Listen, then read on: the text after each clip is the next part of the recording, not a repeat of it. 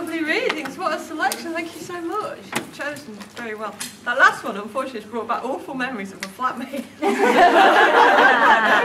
So I just try and compose myself to move on and have a little chat. So the session is called Shifting Desires, and what we promised the audience was, what do women desire in each other, and how do lesbian and bi writers bring those desires and yearnings to life? So perhaps we should give them a little of what we promised them. So, as you've just read to us, Angie, perhaps you could start by saying something about how you approach writing about desire between women, what inspires you to write about that? I don't know. They usually just happen as I'm writing. I usually get a plan of what I want to write first. But sometimes, like with this one, I didn't even know how it was going to end. As I was writing the very end chapter, it was sort of coming out as I was writing it. But I don't know how to sort of answer that. Oh, do you want to pick that up, Clare? My books are intrigue romances, actually, and I tend to think of the actual intrigue plot before the romance. But I've tried to write sort of mainstream heterosexual suspense stories, actually, but my heart wasn't in it, and lesbians always come back in and have a romance in them. So I just find that I just have to have them have a romance, and that's what really keeps me interested in the story. Yeah, so you're enjoying it, yeah. Kiki? I think something you have to think about something I struggle with is when you are writing desire scenes, and you're saying she kissed her, and then she touched her, and then the woman stroked the lady bits, and you don't know how many nipples are in the mix, you don't know who's gasping, you don't know who's doing what, so that can be a struggle when you're talking about that sort of desire. But I think women are really emotional, aren't they, anyway? They are. And I don't think personally, I don't think you just look at somebody and you think, oh, they're gorgeous, and that's it, and you want them. I think with women, you get inside each other's minds. I think it's much more intense, emotional and it's book than a heterosexual romance. Yeah. I think with a woman, you get the connection, don't you? Yes, and you know how they both work intimately, and so you really get inside the head of both characters, much more than if you have two different sexes in there, I think. I think so. I think my first book, you've got Kat the teacher, and she was a newly qualified teacher, so she was 21, and the weekend before she started her job on the Monday, she went out and she kissed this lovely lady, and she knew her name was Freya. She does her first A-level history class on Monday morning, and she reads the register and she says, Freya, and there's the woman hiding in the corner of the classroom, and the 18-year-old girl. And for Kat, it was really important that she kept that professionalism, that they didn't have that affair. But I think 99% of my readers wanted Kat just to sod it and get it on. But I think a lot of the time desire is about what you want, but half the time you know you can't have it. Tease that book. Someone should have told the author just to get them together. But yeah, no, I think there has to be that connection with a woman when you desire. You do have. I met Cindy Edwards yesterday, and you get the butterflies, don't you, when you stand close to someone like that, you know, and you have that sort of hot flush. So you have that, but then you have to have that connection. Connection with the word. You're not red then. It's a suntan. First time I met her. Okay, well, we often have proposals happening. So, yeah, because in your novel, you do keep us on the edge, you know, with the first one, as to, are they ever going to get it on? And then you think, well, no, because it's against the law, isn't it? I don't think the law's particularly mentioned, but if you're teaching a sixth former, it's illegal to get off with her. And here's this sensible woman who, anyway, wouldn't want to cross that boundary because of the power dynamics. So yeah, I was just going to say, in your book, you've sort of left it open towards the end. We were talking about last night, weren't we, about how the two characters, it's almost left to the reader to decide where they go from there, because you don't really specify. With Laura and Susan. Yeah, I don't know how many people have read off Mrs. Hampton, but it's a massive spoiler, actually, that relationship, but it's quite a controversial relationship, I suppose. That's why I didn't mention what the actual thing was. Oh, I think you'll have to tell us. It's really difficult to talk about this book because people have really liked the twists and turns of it, and you talk about it and you give them away. Because people really enjoyed that part of it. But there are two great romances in the book. One's Happy Ever After, and the other one is you decide what happens. It's very complicated, and a surprising number of people have said that they should get together. If you do read it, I always love to hear what people think. The fact that one of the characters is an escort is unusual, I think. Yeah, it's she's sort of got an ordinary life and so on, but this is what it's her a bit of a job weirdy book. It's kind of some unconventional things in it. I love that aspect of it. I don't think it's too trashy a handling of all these quite interesting topics. I tried to write it. I wanted to write a page turner with lots of sex in it and the greatest romance, but well written enough that you didn't feel too guilty about it. So that was my aim for that book. And my favourite romance in it is the beautiful, wonderful, flawed, lovable Clare, who meets the only person she could possibly have ever loved. And I think that's it's quite an intense but happy relationship, although it has its roller coaster moments. I don't know what your answer to the question was. That's a nice answer. Angie, now we're back to you. Do you want to tell us a bit more about the book and the elements of desire in it? This is one I wanted to write when I was about 12 years old. But, my God, you thought of that when you were 12. You weirdo.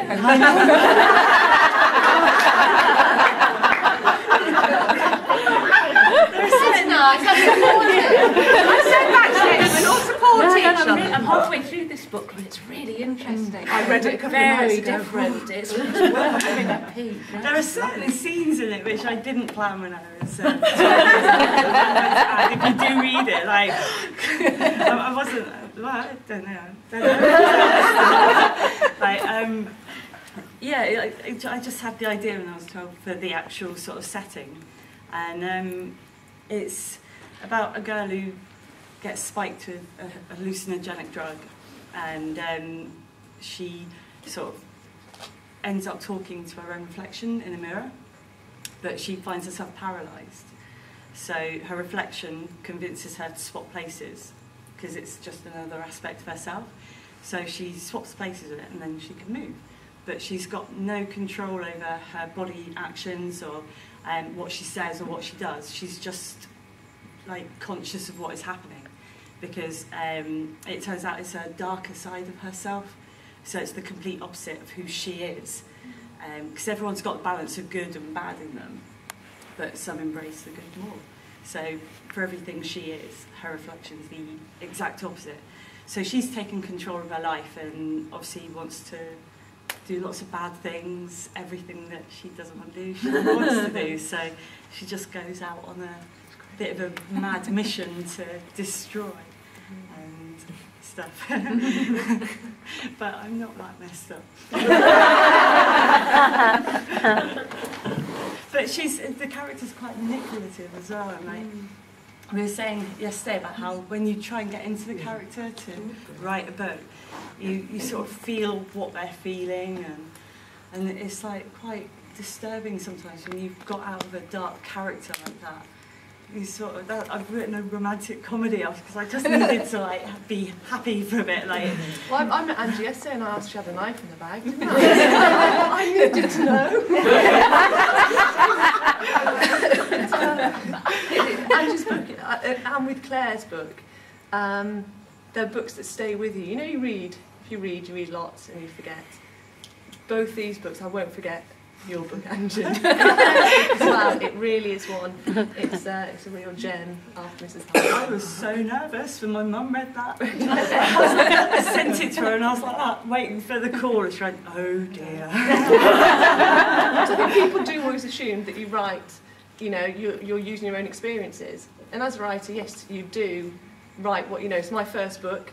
I thought, okay, I'm going to write a book. What do I know? I know about being a lesbian. I know about being a teacher. I'll put them together in the most obvious way. And I knew about being a high-class escort.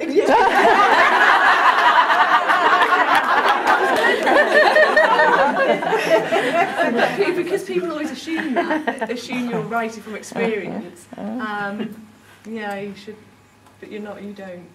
Sometimes, do you? I don't think I'd ever write a book about a bus driver. It's just like my day job. I thought about it and I thought, there's no way I can make an interesting story out of a bus driver, but like who works 13 hour days. Oh, dear. Does anything of your real life go into your fiction? A little bit of myself goes into certain characters, not the murderous or dangerous ones, but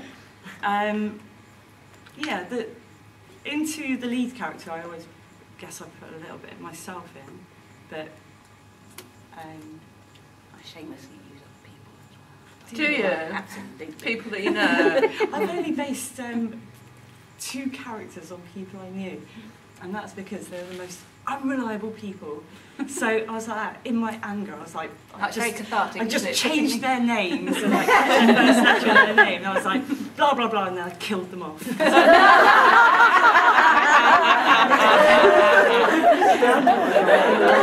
I really killed them off.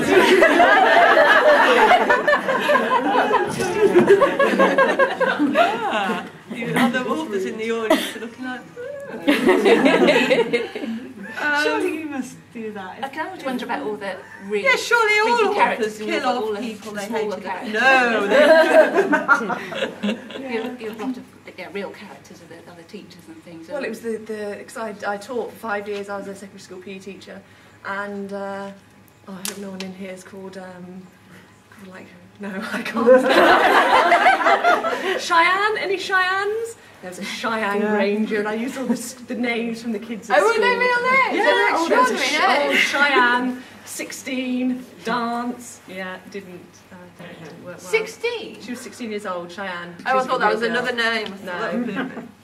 So yeah, no, I do pull on that, but I do draw on a lot. My third book, which is my slightly more serious book, Binding Devotion, is about an equal rights campaigner, and she heads up like an equivalent to Stonewall, and she's married, and she's fighting for equal marriage, but she's not happily married, and her wife's horrible, but she has to stay with her because of her profile and what she does, and it's all, and that's about desire and the choice. You know, is the grass greener on the other side? And that's, but it's still not based on experience, that one, but you know, you still pull bits in. So Claire, when you write about other characters, how does that work? Other people that you know in real life? I think the basis for a character, you get inspired by sort of, for their looks, actresses. Like there's the older heroine in that is sort of definitely a starting point of Catherine Deneuve, and then a bit of Annie Ardant thrown in, and a bit of frostiness from Kristen Scott Thomas, and then after they sit in my head for a while, they kind of just become that character anyway. Okay. So, and the same if I use sort of personality traits from people I know, they generally get mixed in with other bits, and at some point in the writing they just are that character now and distinct. So kind of sit around in my head until they work as proper individual. So they're a distinct full characters. person in their own right. Well, is this a good time to turn to the audience? Have you got things brewing in your head from what we've heard that you might like to say, or any questions that you'd like to ask our authors? I'm sure you'd be pleased to answer questions, wouldn't you? He's got something to say. Oh, yeah. I'll go someone behind Crin and then Crin. Do you know where the characters are going when you start the story? Do you know the ending? Do you know the ending when you start? That's what I mean. With 47, that was based on a dream I had. Oh, right. So I knew the whole storyline with that one. Yeah. And the same with the blurring as well. I guess I knew the whole story, but with this one, I didn't know how it was going to end. Like I said, I was writing the last chapter, and I was literally like, "What am I going to do with it?" Yeah, I couldn't even think of an ending until I was actually writing it out. And Oh, it so just there's different ways of doing Can it. you just say a bit more about the whole story coming to you in a dream? Was it like a narrative dream? It was just like a really, really vivid dream. And it's quite a short story as well, so it's not as long as the others. But yeah, it was just a dream about. I can't really say it because they'll give it away. Spoil the book. But, it's about a killer that's on a spaceship that.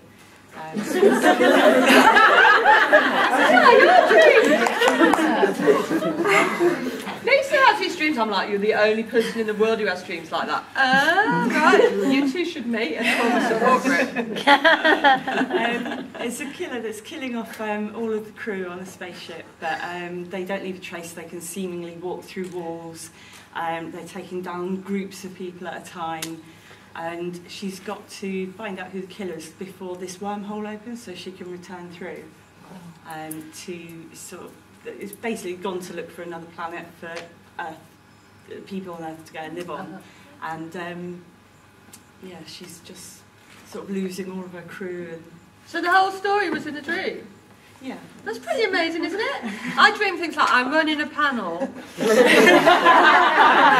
with some authors, and I wake up and I'm like, oh God, and I haven't even done it yet. Well, good for you. I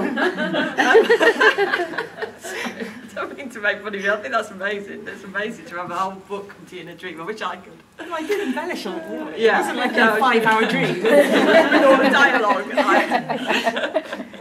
What was the question? Do you know where you're Oh, going? the question was. Do you know the Did you ending? know, right. how it's going to end? Do you plan it and then you Would write you it? like to answer that question, Claire? The first novel I tried to write, I didn't. I tried to write it organically, had the characters, and just wanted to see where they go, and it was the biggest pile of crap that anybody's ever written. And the two that I've published, they're both intrigue romances with twists and turns, so I do have to lay a trail for the reader to pick up on clues, and hopefully they'll be surprised but won't think they've been cheated. So I do quite carefully plan the whole novel, although when I come to write it, new scenes will come along and different characters, etc. But yeah, no. And what does the planning look like? Are you writing it out on a piece of paper, or is it in your head? Notes, mainly in my head. I don't scatter the walls with thousands of post-its like some authors do. I probably should. It might be easier. Do you guys sometimes get, like, you have the ending all planned out, and then as you're writing through the novel, you suddenly realise that character wouldn't do that. So you end up having to change bits as you go along, and then the ending isn't what you planned at all, because like it's all changed so much. Yeah, in the second draft, I always do is just go back and rewrite the stuff because of changes in the story and the characters are become more nuanced, and you find that actually wouldn't do that. And it's like they're not. Yeah. So even if you plot it, it's still not as boring and just typing it out as people imagine sometimes. Yeah, I think I have a rough idea, and then I just write. And in my first book, but she's my student, the character B, who ends up being Freya's girlfriend. I didn't plan her to turn and be so manipulative. It just happened when I was writing. People, that's one of the good twists in it. I think, well, I didn't mean for that to happen. It just happened. So I didn't plan her to be such a not nice character. And in Binding Devotion, the equal rights campaigner Angie, I wanted her to stay faithful in her marriage, and she didn't. And her and Pippa, sort of out of your control. drink was involved, as it always is. And I was writing, I thought, it sounds ridiculous saying it, but I was writing. Well, I wasn't. I was typing, and I thought, it's going to happen. They're going to get to it. It sounds stupid. It sounds stupid because you're the writer, you're the author, but it just. I couldn't stop them doing it, and she was being unfaithful to her wife. It's really refreshing to hear all that, because trying to write anything, you think you're supposed to do it this way or that way, or finish that. No, and not you start can't have a set plan Yeah. at all. You get the rough plan, but it, like you say, it always changes. Like because you get to know the characters more, and you get into them, and you just. But some authors do. So I know Trin Denise is really vocal on how she plans everything, and then she uses sort of a computer program to plan out each scene, each chapter, what happens, and she gets all that done, and then she just writes it. I should have to do what works for you. Yeah. I think you're either a planner or just go for it. It's interesting. Corinne, what were you going to ask? Similar question. I've changed to another. Good, change to another question. How important is location and environment in your work? How has that informed your stories? My first novel, that was the actual environment and the atmosphere was the starting point for it. I wanted to write a suspenseful, atmospheric novel set in Cornwall in winter, sort of creepy, intense kind of novel. Somebody's described it as a sort of modern Gothic romance, which I hadn't thought about when I was writing it, but actually looking back, it's quite a nice description of it. So, I think people quite like the descriptions of it, quite vivid, and it's really let them immerse themselves in the book and really picture themselves there. So for me, very important. A little less so perhaps with After Mrs. Hamilton, but again, people have said the settings are, it's London and a Muse house in London, so it's quite a distinctive setting, and it's, I suppose it is quite vital for the book and the Oxfordshire setting as well. So even though I thought it was less important, people have still said it's a big thing in my novel. I think my first two were sort of based roughly in the Midlands. We had some people with some Brummie accents. My third one was based in London, and this one now, so there wasn't much. I think like Clare's books are wonderful for atmosphere. They're really, really deep, really good atmospheric books, but I don't think my first three had that. My one I'm writing now is called One Foot Onto the Ice, and it's based on a ski resort, so I'm having to do a bit more of description in terms of, you know, the snow and the mountains and the cold. So slightly more, but it's not, it doesn't play a big part in my books. What about you, Angie? In 47, I guess it was really important. Like when I was editing, I just must have gone through it about 20 times just to check everything because of the timings and everything. But sometimes I just skim over like where they actually live. I don't actually put town, so it's not important. They're always in England, though, I guess. I think that's why Claire's won the Goldie. That's why she's won the Goldie. And I leave sort of dates out as well unless it's relevant. Just unless it's time of year, you know. I don't think it matters. I mean, some people don't want to be through a load of boring description to get to the story. So yeah, so that's what I mean. Yeah, if it's not relevant to the story, then I just skim over it and let people just sort of part you don't really want to linger on anything. Yeah. Can we talk a bit about how you publish your books? Because times have changed, haven't they? And you don't necessarily have to wait till you've got an agent and then wait for them to find you a publisher. Do you want to start by saying how you brought your books to the world? I'm just going to apologise because I'm going to do a Sharon Stone, but I'm going to try and do it really discreetly because my leg's gone dead. Thank you. It wasn't amazing. Do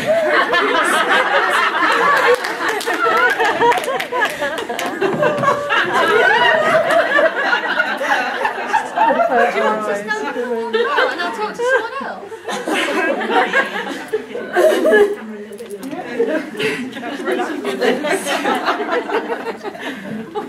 I can't remember the question at all. How did you bring your book to the eager readers?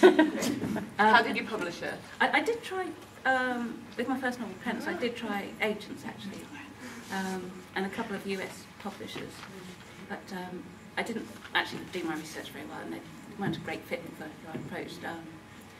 Then I heard about indie publishing and just put it on Amazon to start with. So you made a little leap there. How did it get onto Amazon? You had to make it into a book yourself, or you got? Oh yeah, just followed the instructions on the sort of Kindle Direct Publishing site. Is just a Word document, format it correctly, test it out. It is. And that turns into an e-book, and the e-book goes up on Amazon. Yeah, and it's available as any other e-book. And then I've done a paperback subsequently through Publish On Demand company CreateSpace, just to make it a complete So package. can we be quiet in the audience? So we're just fascinated by listening to what you're saying about. You can't hear her. No, I can hear her. I just can't. We couldn't quite. You've done leaps without us quite.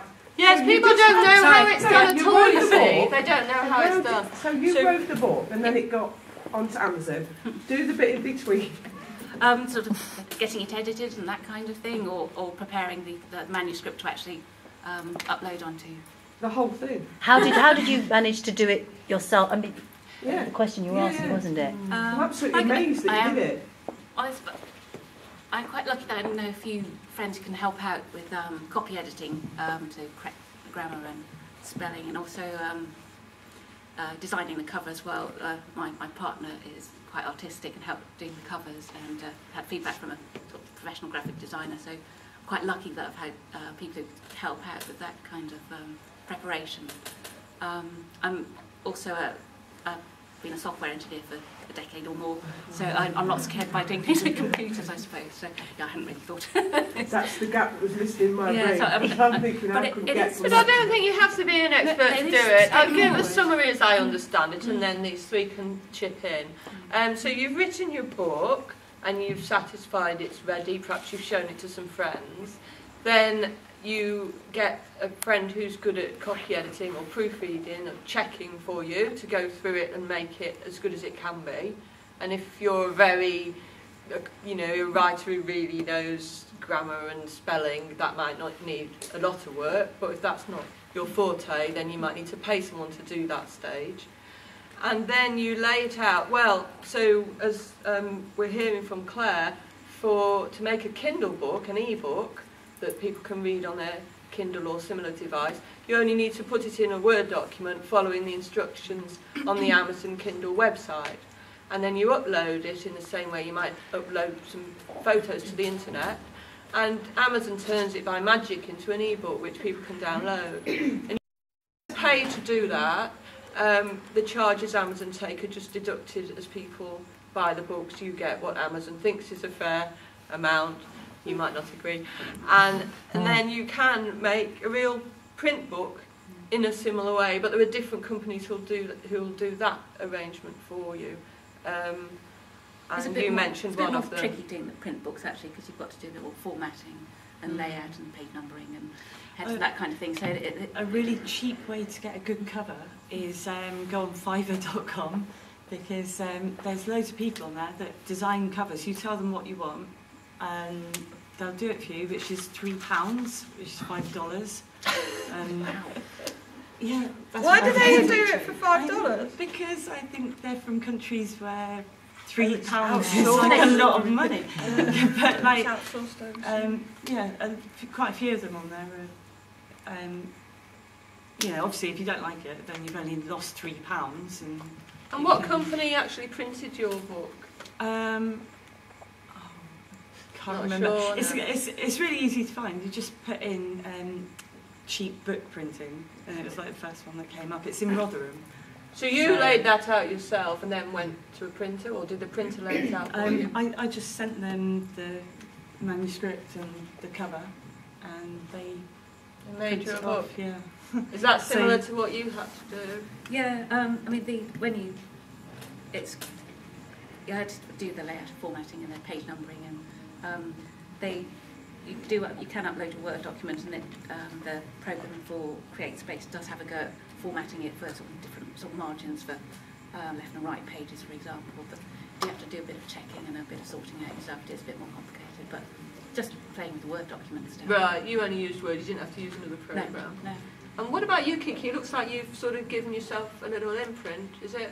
Yeah. So as an independent author, I call my publishers KA publishers, Kiki Arch publishers, but I'm just an independent and indie author.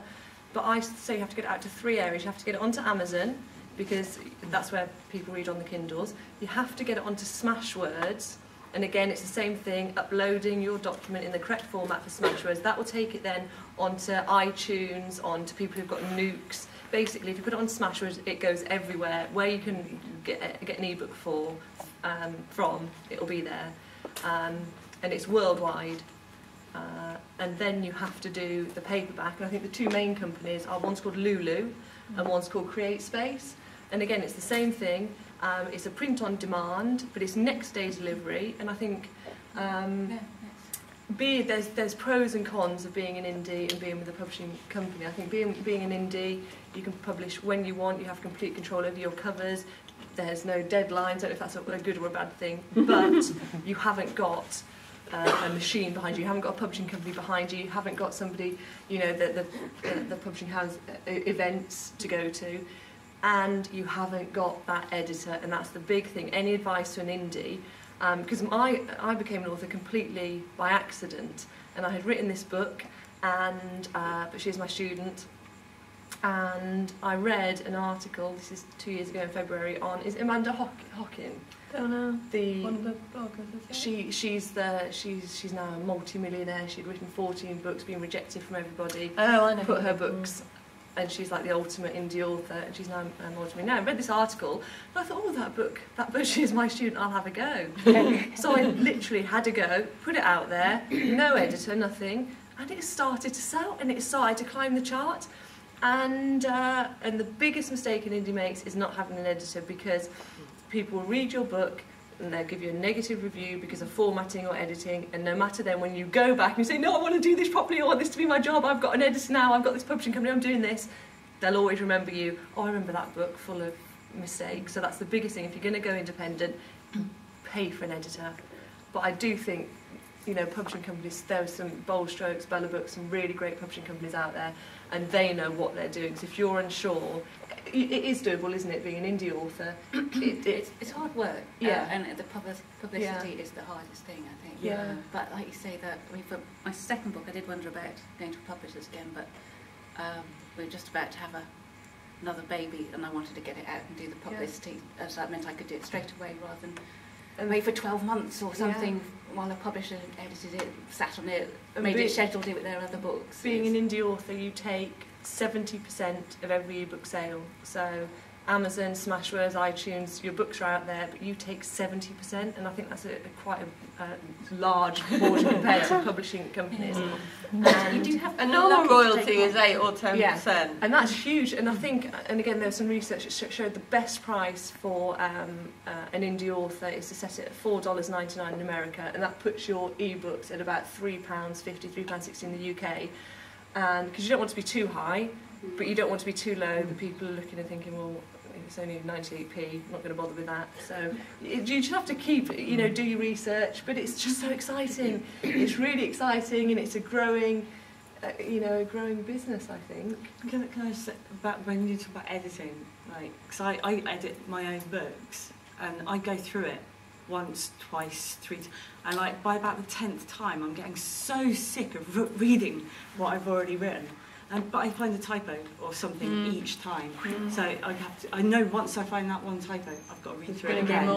So I just read through it continuously until I haven't found any. And that's where sometimes a second and even a third pair of eyes can be useful. Yeah, I run a small press called Tollington Press, and I run that as an alternative to the indie route for authors who...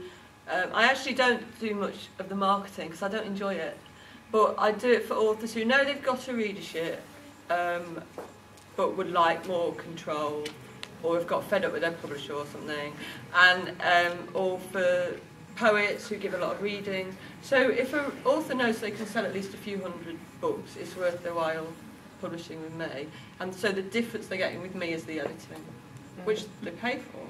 But because I'm an experienced editor, I'll be able to help them with, well, at the first stage, maybe there was some things actually wrong with the structure, and then at the next stage, I'm just going through making corrections. And however good a writer is, there's always a lot of corrections to be made. People, you know, missing getting the chronology wrong, or they've changed somebody's name, or there's a whole chapter that you're like, actually, I'm sorry to have to tell you this, you don't need this chapter at all, it would be better without it. So that's the advantage I think you get from a professional editor. I tend to swap manuscripts with other authors, and I then you get for that kind of editor input, actually ended up getting it edited fully by that's brilliant. Author by swapping favours. So you don't have to pay for it. But have you had But means you put the beta time. readers as well? All industry readers me, so I've got about 8, and they're you know, people who have read your books, and then you get a connection with them, and they will read your book, and just again an extra pair of eyes. But that's the hardest we've part. swapped manuscripts, so that's I quite like doing that because you both put the time in to swap equally. It's great. Quite nice way to Are there people here who are writers who are interested in this indie way of doing things? But perhaps stick around at the end and have a chat with these two. It's fascinating. I feel like we could go on all day, but the plan was that now we would move to the bookstall area, and you would sign books for people and have a bit of an individual one-to-one chat with people. So that, and then from 12:30 to 1:30, we've got a carnival.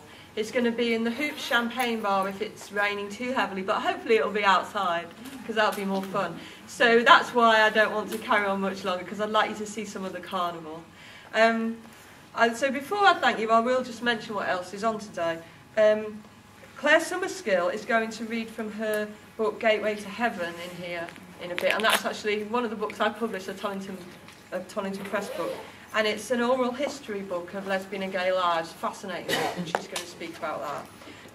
There's going to be a tea dance in the Hoop Champagne Bar later, and then there's going to be performances here later in the afternoon on this stage, a spoof costume drama called Cromford, Rose Collis performing trouser-wearing characters, which is an amazing one-woman show which she does with Evangelele, songs about cross-dressers and queers from the past, and it's had great reviews. And then right at the end of the day, we'd love you to come back, 5:40. We're going to have a feedback session for you to tell us what you've enjoyed about Spring Out at the festival. So all the arts things you've been to, and the cinema and the workshops, they've all been organised by our new little programming company. We really want feedback, what worked and what didn't, so we can do other events that you'll want to come to, probably around the country, fingers crossed. It's gone quite well this weekend, I think. But if you think things haven't gone so well, come and tell us, and if you've enjoyed it, come and tell us why. And Queer Playback Theatre are going to come and act out people's responses, so we'll have a bit of fun with it. So, can I thank, you've been so wonderful, thank you very much. Next to me, Angela Peach, then Clare Ashton, then Kiki.